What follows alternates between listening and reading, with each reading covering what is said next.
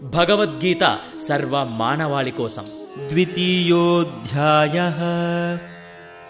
అథ చైనం నిత్యజాతం నిత్యం వా మన్యసే మృతం తథాపి త్వం మహాబాహో నైవం శోచితుమర్హసి.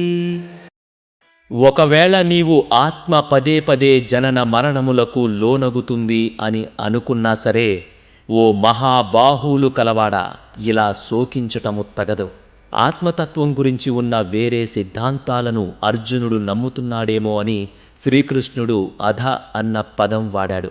భారతదేశంలో ఉన్న తాత్విక సిద్ధాంతాలు మరియు ఆత్మతత్వంపై వాటి భిన్నమైన అర్థాల సందర్భంలో ఈ శ్లోకాన్ని అర్థం చేసుకోవాలి. భారతీయ తత్వశాస్త్రం చారిత్రాత్మకంగా 12 సంప్రదాయాలను కలిగి ఉంది. వీటిలో ఒక 6 వేదాలను ప్రామాణికంగా అంగీకరించాయి. అందుకే వాటిని ఆస్తిక దర్శనములు అంటారు.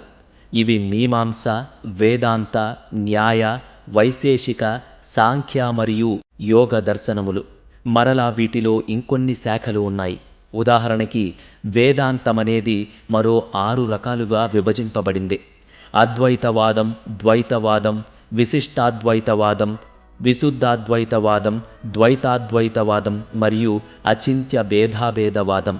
వీటిలో మళ్ళీ కొన్ని ఉపశాఖలు ఉన్నాయి.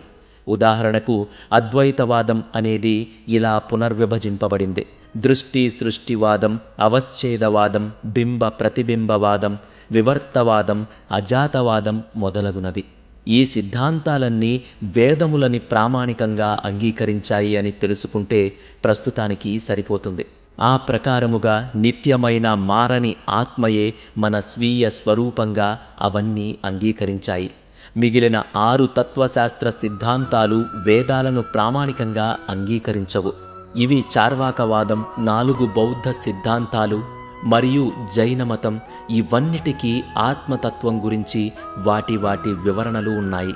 చార్వాకవాదం ప్రకారం ఈ శరీరమే మనము మరియు దాని వివిధ అంగముల భాగాల సమ్మేళనం వలన చైతన్యం ఉత్పత్తి అవుతుంది. జైనమతం ప్రకారం ఆత్మ అనేది శరీరమంతా పరిమాణములో ఉంటుంది, కాబట్టి అది ప్రతి జన్మకి మారుతూ ఉంటుంది. బౌద్ధమతంలో ఉన్న సిద్ధాంతాలు శాశ్వతమైన ఆత్మ ఉనికిని ఒప్పుకోవు. దీనికి బదులుగా జీవిత కాలం నుండి జీవిత కాలముకు పునరుద్ధరించబడిన జీవ చైతన్య ప్రవాహం ఉంటుందని, ఇది వ్యక్తి యొక్క అస్తిత్వ కొనసాగింపుని కలిగిస్తుందని పేర్కొంటున్నాయి. శ్రీకృష్ణుడి సమయంలో కూడా ఇలాంటి బౌద్ధ సిద్ధాంతాల వంటివి ఉండి ఉండవచ్చు. కాబట్టి శ్రీకృష్ణుడు ఏమంటున్నాడంటే, ఒక జీవితకాలం నుండి ఇంకొక జీవితకాలంకు పునరుద్ధరించబడిన జీవ చైతన్య ప్రవాహం ఉంటుంది అని అర్జునుడు నమ్మినా శోకించటము తగదు అని.